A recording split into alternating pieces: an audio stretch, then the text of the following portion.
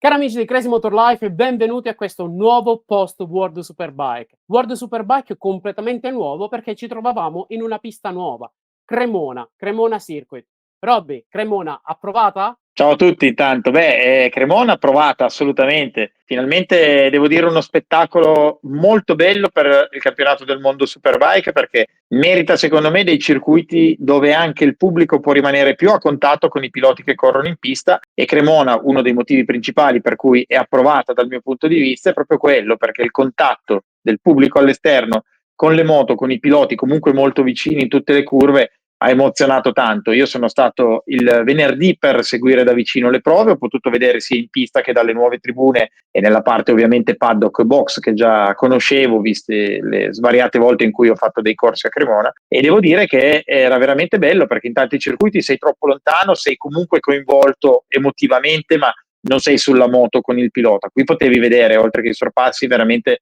il modo di guidare, di come spinge un pilota sul manubrio, come spinge sulle pedane, come si muove in sella. Bello, questo veramente è il primo motivo per cui Cremona è approvata e poi ci ha offerto comunque delle gare veramente spettacolari anche a livello di sorpassi. Quando all'inizio si lamentavano magari un po' col fatto si riuscirà a sorpassare, c'è spazio per tutti. Beh, la risposta è stata data. Secondo me lo spettacolo è stato unico. Anche se sono mancati alcuni big a Cremona, lo spettacolo non è mancato, ma non sono mancati i colpi di scena e lo scopriremo dopo la sigla.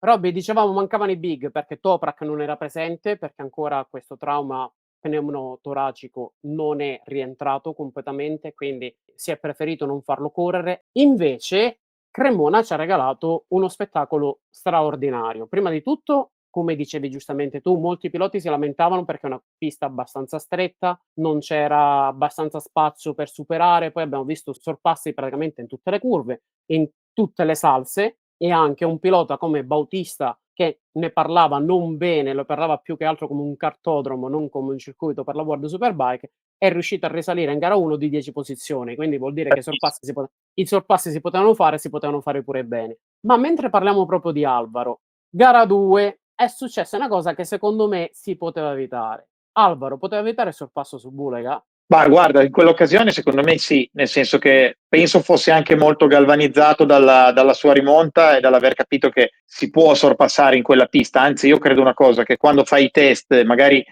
ti rendi conto da solo o con piloti che ti trovi non tutti allo stesso ritmo in quel momento, e parlo dei test di maggio ai quali avevo anche assistito. All'inizio può sembrarti strano perché dicevi, ah, ma se io mi trovo in gara in una condizione di questo tipo, dove passo? Soprattutto in una gara così battagliata come sono sempre quelle del Mondiale Superbike. Allora il dubbio a Bautista è venuto, come è venuto anche ad altri piloti, perché è stata un po' una chiacchiera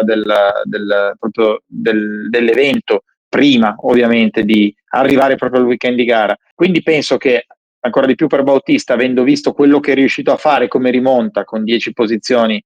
importanti, perché lo spazio l'ha trovato dappertutto e ci sono secondo me stati dei sorpassi sempre molto puliti. Ecco che quel sorpasso su Bulega secondo me era, almeno si poteva aspettare, ecco, in quel momento era un attimo da evitare, sono sicuro, perché comunque è una cosa che va a mettere troppo a rischio tutta quella che è la situazione mondiale. Comunque di gare vero ne mancano poche, Aragon tra l'altro è tra pochissimo, quindi è una gara attaccata all'altra. Nel caso anche di una problematica fisica, in caso di una caduta importante, vediamo gli altri piloti. Hai parlato giustamente di Toprak, come di Ria,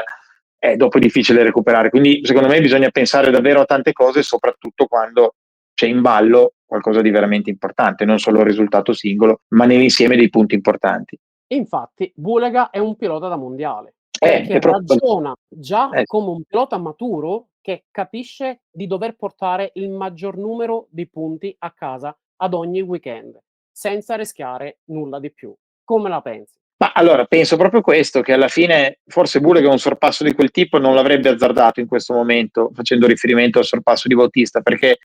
ha stupito anche me parecchio su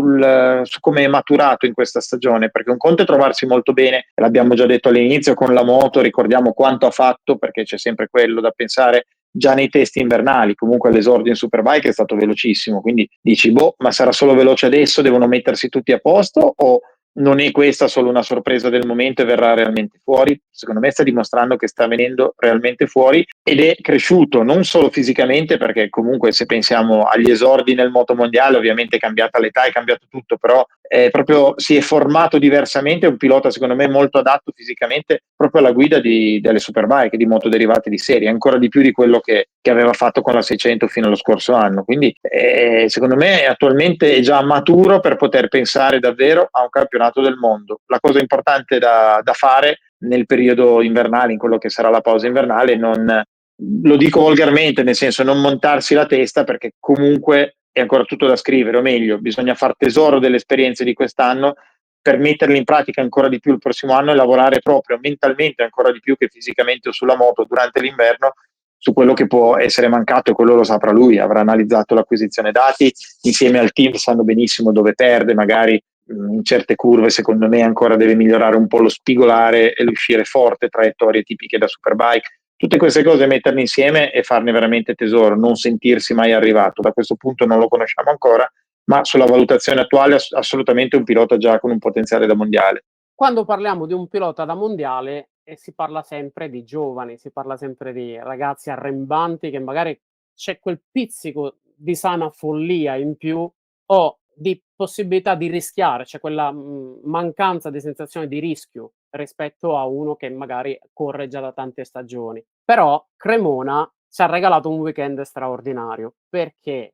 un team con il suo pilota, per me, supera le aspettative. Barni e Petrucci vanno via con una tripletta. Beh, allora è proprio la tripletta che stupisce. Intanto il binomio Petrucci-Barni secondo me è eccezionale, nel senso che veramente di qualità si intendono, c'è intesa proprio con il team, non solo con la parte tecnica, ma devo dire che la mentalità è proprio quella da corsa, giusta. D'altronde la struttura di Barni non è competitiva solo nel mondiale, ma tutto quello che ha fatto fino ad oggi secondo me è sempre cresciuto proprio nell'ottica di portare il team ad un livello superiore di competitività con mentalità da gara, ecco, quindi il binomio con Petrucci è ottimo e la tripletta è quello che mi stupisce perché sinceramente mi aspettavo una bellissima gara da parte sua da podio, ammetto che non ho pensato tanto al discorso vittoria. Quando è arrivata la vittoria in gara 1, ho detto, cavolo, col passo che ha e per come guida, perché ha interpretato veramente molto bene la pista, è un pilota che secondo me, proprio con il fatto che è veloce anche in altre discipline come il fuoristrada, in piste ancora più tortuose dove devi cercare di stare poco tempo in curva, di scaricare i cavalli a terra, ha una guida che si incrocia un po' con un fuoristradista, quindi anche il cambio di traiettoria a lui non dà fastidio, trova quell'in più, ecco, per far rendere la moto diversamente dagli altri, magari la gomma più consumata non la sente, proprio perché è abituato anche ad altre sensazioni. E Cremona, che è una pista che secondo me anche a livello di difficoltà proprio di pista non è particolarmente complicata, tanti piloti possono arrivare ad un certo livello, ecco che lui è riuscito ad interpretarla ancora in maniera leggermente diversa. Se guardiamo i distacchi anche delle prove di Cremona erano incredibili, cioè alla fine più di 20 piloti in un secondo alla fine, perché erano tutti vicinissimi. E vuol dire davvero tanto, vuol dire che quella pista magari non fa così tanta selezione dal punto di vista tecnico, ma se qualcuno, in questo caso Petrucci, riesce a dare quell'interpretazione ulteriore, non tanto in prova quanto in gara, sulla differenza di giri, sulla distanza, può rendere. E quindi la tripletta è arrivata per quel motivo, anche se la Super Pole Race è più corta, parlavamo comunque di una gara di 13 giri, quindi insomma una gara già discreta, dove devi già fare un buon passo, quello sì, non è una gara di 5-6 giri. A me quello che è piaciuto tantissimo rispetto ai weekend precedenti è stato proprio il passo di Danilo. Sempre veloce, ma sempre costante fino alla fine. È vero. Non è stato mai alti e bassi, non c'è stata una grossa differenza, complice magari le temperature del circuito, ma non c'è stata una grande differenza tra i primi giri veloci e gli ultimi giri della gara. Infatti è stato proprio bravo a gestire anche la parte finale. Io onestamente pensavo in una sua vittoria in gara 1, proprio anche dovuta all'esperienza che ha fatto nel Moto America, con piste diverse, meno rifinite diciamo, meno presenti verso la MotoGP, ma più presenti verso gli amatori, come altre piste che meriterebbero la Superbike per quanto mi riguarda, tipo Vallelunga ed altre, dove le moto di serie dovrebbero ritornare a contatto con il pubblico che su quelle moto poi ci va la domenica al tracciato e ci va a correre la domenica. Quindi per me dovrebbe essere un po' un ritorno alle origini, ma lasciando perdere la mia parentesi, emozionale, pensavo che lui fosse un po' avvantaggiato venendo dal Moto America in questo tipo di tracciato. Quindi in gara 1 pensavo che se la potesse giocare tranquillamente la vittoria. Non credevo nella tripletta, onestamente, che potesse vincere sia la Super Pole Race che gara 2, perché pensavo gli altri col tempo, dopo la gara, si sarebbero messi a posto, e invece ha mantenuto un passo straordinario, bellissimo. Ha tenuto un passo e poi soprattutto è stato veramente bravo a togliersi dai vari sorpassi che rallentano, cioè tutto è avvenuto bene fin dall'inizio, cioè è andato nel modo giusto fin dall'inizio, differenza enorme è quella, perché comunque è vero che quando cominci a dover sorpassare o se ti sorpassano su una pista un po' più stretta rispetto alla norma, ad esempio Aragon da quel punto di vista ha meno problemi, a Cremona tendi a perdere tanto nei sorpassi come tempo e dopo se scappa qualcuno come lo riprendi, quindi lui è stato proprio bravo a crearsi la situazione pulita per essere veloce e costante tutta la gara, è lì che ha fatto anche tanto la differenza, quello sì. Bravi nel box, a preparargli una moto gli ha permesso proprio di fare la Sì. differenza in tutte e 3 le gare, non solo in una delle 3 o solo in un momento. Proprio è stato veloce sin dal primo momento, che sia di buon auspicio per Aragon, dove lui era partito molto bene l'anno scorso, ma poi purtroppo con una caduta durante la Super Pole ha compromesso il suo weekend. E lì purtroppo è facile perché alla fine è quello che dico, avendo tante gare il fine settimana e avendo comunque ultimamente gare abbastanza ravvicinate, sai, se perdi feeling o prendi comunque un colpo, per quanto sono tirate le gare attualmente, fai fatica a recuperare rapidamente, quindi deve filare tutto liscio per essere sempre al top, quello sì. Un'altra cosa che è emersa da Cremona è che Honda sembra passo passo che si stia avvicinando. Ma allora, Honda intanto aveva dato, secondo me, già dei segnali positivi a Magny-Cours ed è un bel pezzo che si nota quanto l'impegno di Honda, visto che in MotoGP comunque continua a faticare, benché a Misano abbia fatto vedere, secondo me, qualche spiraglio di miglioramento, il passo è stato diverso e tutto, però faticando tanto in MotoGP si è concentrata, secondo me un po' di più, secondo me è un po' l'opinione di tutti ed è quello che si sa anche di certo, comunque che l'impegno nella Superbike è cresciuto un po' perché altrimenti erano messi veramente un po' male su tutti i settori, Endurance escluso. E già Magnicura ha fatto vedere delle belle cose, quando c'è da accelerare forte, uscire rapidamente dalle curve, secondo me è una moto che c'è a livello di accelerazione, a livello di velocità, è veramente una moto competitiva. Secondo me manca ancora un po' quell'incastro di facilità nella guida che deve trovare il pilota tra telaio e motore, cioè c'è quell'incastro gestione di potenza che è ancora un po' complicata, quello manca ancora un po'. Forse manca anche un top rider che riesca a mettere tutti i tasselli a posto giusto? Allora, Honda da sempre è un po' una moto che va guidata interpretandola, perché è una moto dove magari non è difficile arrivare, ma quello su qualsiasi Honda della storia, fa arrivare fino a un certo, a meno che non siano gli anni in cui hanno, perché sappiamo benissimo che Honda poi quando riesce a fare magari una moto stracompetitiva, come è successo anni fa nella 500 di 4 cilindri, MotoGP all'inizio, comunque per diversi anni, ma all'inizio dominava veramente, non c'era altra moto facile come la Honda. Però ecco, a parte quegli anni lì, nel momento in cui loro riescono comunque a fare un progetto, una moto molto buona, guidabile, tanti riescono ad arrivare a un certo livello. Poi fare la differenza sta all'interpretazione del pilota, quindi servirebbe secondo me più un pilota alla Toprak che è in grado di interpretare grazie al suo stile di guida un po' tutte le moto, perché Yamaha la faceva andare comunque lui, c'è stata la dimostrazione ad un certo livello, non che gli altri vadano piano, tutt'altro, però BMW il grosso salto l'ha fatto fare lui perché arrivi comunque anche con un'ottima base, ma a capire andando oltre il limite che cosa può servire veramente per migliorarla, ed è sempre quell'incastro sulla guidabilità, perché ormai la potenza, con le potenze di oggi, quella è la cosa più importante. Ma Robby, una cosa che è successa per il motociclismo italiano, bellissima, è che abbiamo scritto, mi ci metto anch'io, abbiamo scritto come italiani un'altra pagina di storia. In realtà la pagina di storia la scrive Danilo. Diciamo che è la cosa che sorprende, oltre alla tripletta, la sua vittoria, la prima del sabato di gara 1, quello che più secondo me colpisce davvero è che è un pilota versatile, un pilota che ha nel suo punto forte l'andare forte dappertutto, cioè è stato un pilota MotoGP, è andato forte con quel tipo di moto, ancora prima lui, vabbè, le derivate di serie quando aveva iniziato a correre con la Superstock campionato europeo con l'R1 di quei tempi, quindi è un pilota che è nato anche sapendo guidare moto molto molto di serie come era la Superstock di allora, e quindi guidare comunque moto molto di serie, molto morbide anche di telaio, dove non puoi fare chissà quali modifiche, secondo me ti forma proprio a livello di adattamento. Questa cosa l'ha portata sulla MotoGP, l'ha portata quando ha corso con la prima MotoGP, le prime Sutter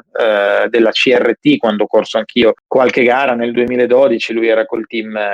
Yoda Racing con questo tipo di moto, che non era una moto facile, praticamente quasi nessuno la guidava ad un certo livello perché era troppo rigida, aveva delle quote di telaio molto simili alla Moto2, con la potenza di motore comunque ben diversa da quello che è un 600, quindi ecco, ha avuto dei passaggi nella sua carriera fino ad arrivare poi vabbè alle MotoGP di un certo tipo, Ducati e quelle vere, e addirittura poi la parentesi fuoristradistica, quindi la parte della Dakar, la parte dove la moto devi proprio interpretarla, perché per quanto tu possa fare nel fuoristrada, in genere conta di più il pilota rispetto alla velocità in pista, perché in pista tanto se non hai una moto, oltre che con una buona messa a punto che cammina, che va, puoi anche essere il fenomeno più grande in assoluto, ma se hai una moto che non va sarai sempre indietro. Nel fuoristrada conta anche, ma te la puoi cavare, cioè tant'è che se capisci bene una minima messa a punto, hai il tuo manubrio, la tua sella, le situazioni che sono a te comode per come sai guidare, poi sta al pilota a esprimersi. E questo è un altro valore aggiunto, quindi veniamo da un pilota che tra l'altro ha sempre amato il motocross, il fuoristrada, è sempre andato molto forte anche in quella disciplina, quindi ecco l'abbinamento. Ed è quell'in più che dicevo anche che gli ha dato soprattutto per il Moto America, hai detto bene, perché sono piste talmente particolari che è stato lui in grado ben più di altri di interpretarle. E guarda Cremona è una pista più simile proprio a quelle, più stretta, più da, come dicevo, stare meno tempo in curva, accelerare e venire via, e il fuoristrada soprattutto in questo l'ha aiutato tantissimo, quindi è un pilota che conquista la storia perché è veramente veloce, campione in tutte le discipline, quello sì. Robby, ora arriva Aragon, cosa ci dobbiamo aspettare? Beh, allora, intanto una pista bellissima, una pista che secondo me valorizza tantissimo la guida del pilota, perché ha il primo settore che è molto complicato, abbiamo questi cambi di direzione che soprattutto con moto potenti, come anche le MotoGP, non solo le Superbike, però sono complicati, sono difficili. Abbiamo quel settore del curvone che dà sul rettilineo praticamente, ecco, prima del rettilineo opposto a quello del traguardo, quello sotto, che conta tanto, lì meno tempo stai nel curvone, però devi comunque fare una lunga percorrenza. Prima raddrizzi la moto, riesci a accelerare e ti cambia su moto così potenti tantissimo. Quindi secondo me è una pista che valorizza molto la guida del pilota. È una pista dove spero anche che venga valorizzato il telaio della Yamaha, anche se ci sono dei lunghi rettilinei, ci sono delle accelerazioni importanti, ma dovrebbe, dico dovrebbe, perché è un po' un'incognita, valorizzare abbastanza il telaio Yamaha, che sappiamo che è una moto che ha da sempre un ottimo telaio, quindi mi aspetto e spero anche una Yamaha più competitiva, ad esempio di un Cremona, dove è molto opaca nell'insieme, secondo me. E poi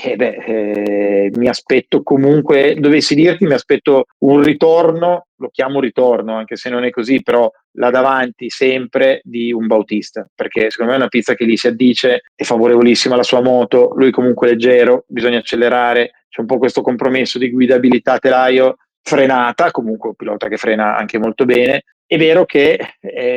ultimamente è un po' incline all'errore lui, quindi c'è quel punto interrogativo, però me lo riaspetto là davanti. Mi aspetto un miglioramento con Alex Loves stabile con la Kawasaki, perché secondo me ha raggiunto davvero un buon livello, quindi nuovamente sul podio anche lui, e ci potrebbe stare di nuovo sul podio Petrucci, punto interrogativo sulla vittoria, ma sul podio ci può stare. Bene, allora appuntamento con tutti voi al prossimo post World Superbike da Aragon. Io ringrazio sempre Robby Rolfo per la sua Grazie. presenza e per il suo patrimonio di esperienza che ci elargisce ogni volta. Quindi grazie Robby, grazie proprio tanto per tutta la tua analisi